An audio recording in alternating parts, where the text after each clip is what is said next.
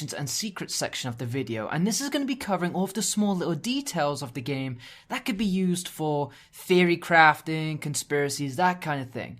But as you may have known, within the game, within the demo, there is a present day timeline, which is when you wake up at the beginning of the demo, and then there's a kind of like a past timeline where you're looking at the VHS footage. So we're going to be looking at the house, how it's differed from when we're in the VHS section compared to the modern day, the present day section.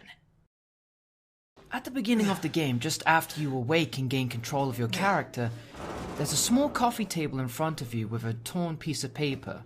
On it is a crudely scrawled message saying, "I shall dash them against the stones."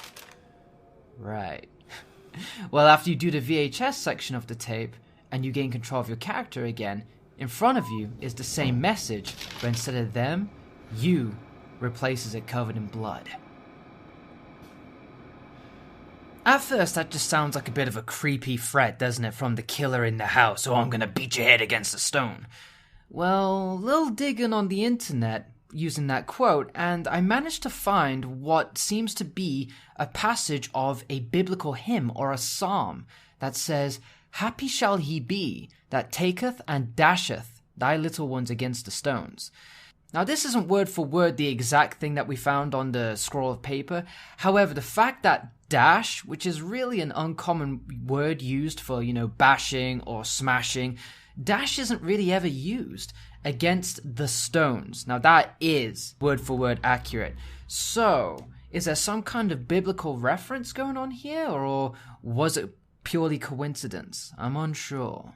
If you feel like playing some Moonlight Sonata in the teaser, well, tough luck.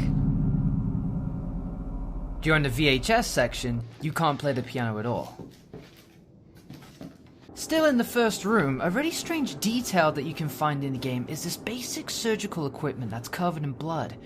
Syringes, tweezers, clasps. They're also in the drawer where you can find the dummy finger.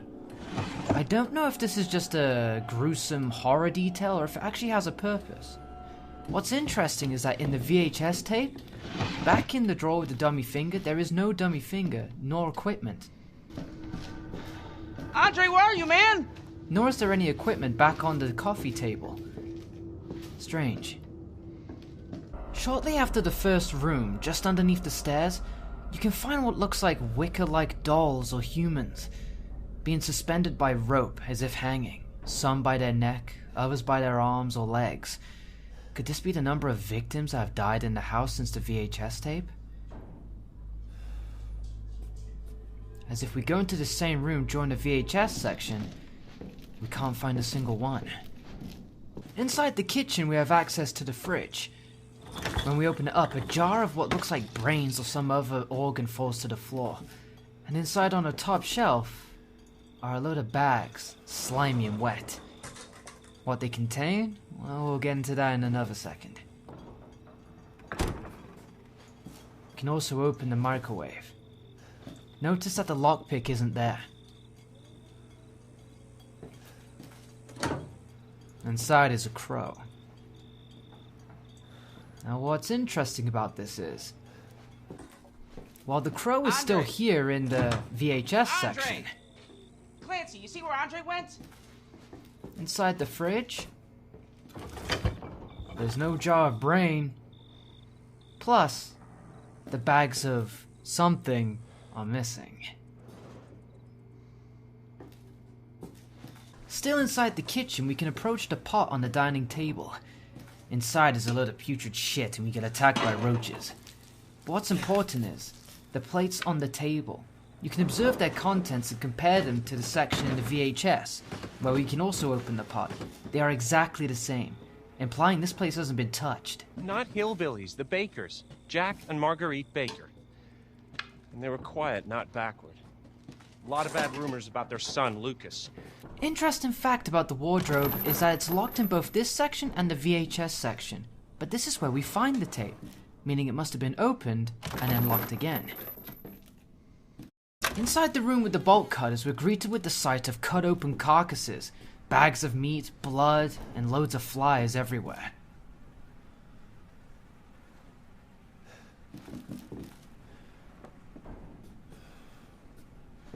You can also see what looks like a meat hook.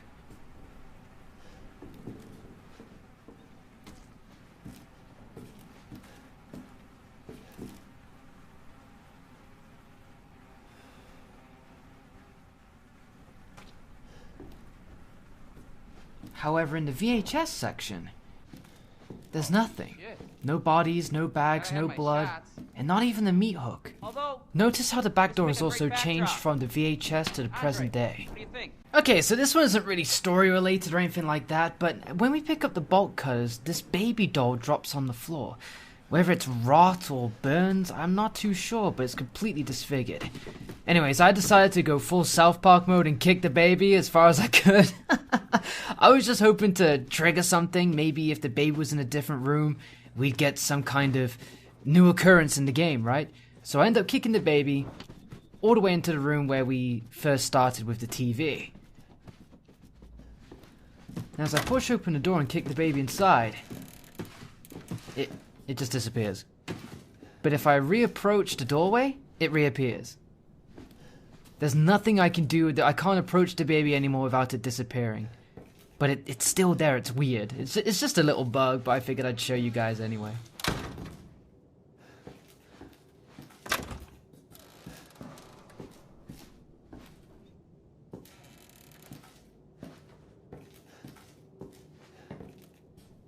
Heading up to the second floor in the present day, you'll see 3 mannequins with their backs towards you.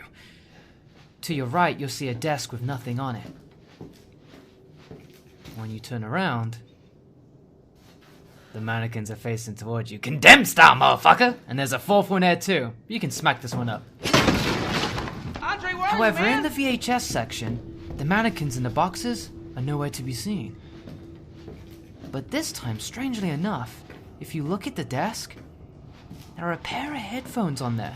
I wonder what this could mean. I think this might be some PT manipulating options kind of thing.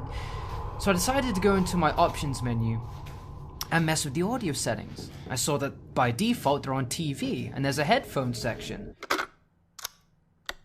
So I put it on headphones, but nothing seems to happen. Maybe you need the PS4 microphone and that'll trigger something. Who knows?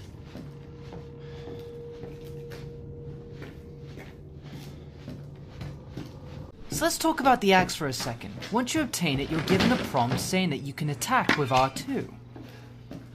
By tapping it, you simply swing the axe. And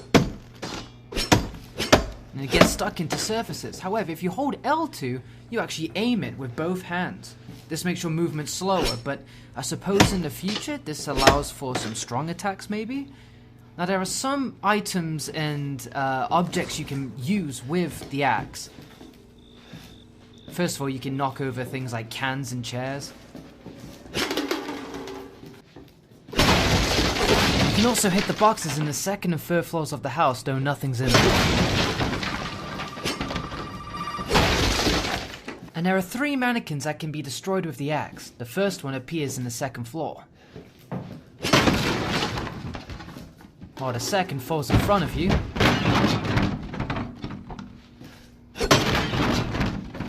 And the 3rd one is in the 3rd floor. What's strange is that these 3 are invincible. A curious detail about the lamp in the hallway after you leave the first room. The first time you see it is completely still and stable. However, once you get the derelict house footage and return to the TV, it begins to flash. And as you approach it,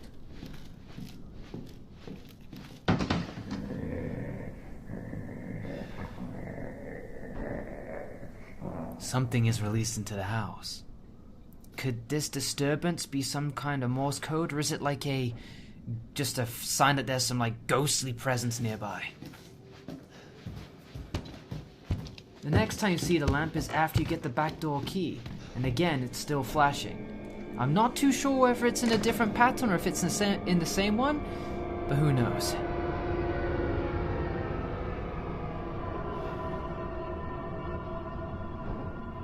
Another small observation is when you're about to go into the secret passage to get the back door key, notice how the door leaving the room is closed. However, once you pick up the key and return out of the passage hole, it's suddenly open. During the present day section, there's a VHS player on top of the TV for you to play the derelict house footage. However, in the VHS section, Andre, where are you, man? there is no player on top of the TV. Okay, so this one may not be much, or if anything. However, I noticed that in the VHS section of the demo, you can pick up the lockpick in order to open the small drawer to get the axe in the present day version, right? Well, say you do that, you pick up the lockpick, you unlock the drawer, and then after you finish the VHS footage, you can then go into the kitchen and pick up the axe. Well, then you can go back into the VHS section of the game by re-watching the tape, and you can pick up the lockpick again. And the drawer is still locked, but that may also mean that you, the character in the present day, you already have the axe. So you don't need to spend the lockpick on the drawer. Maybe you can use it somewhere else. I tried using it on a number of the locked doors in the house, but none of them work. Also, the mannequin that falls over as you approach the door once you picked up the key, that respawns every time you watch the video footage. So be careful of that, man, because that scared the shit out of me. Alright, so that covers the observations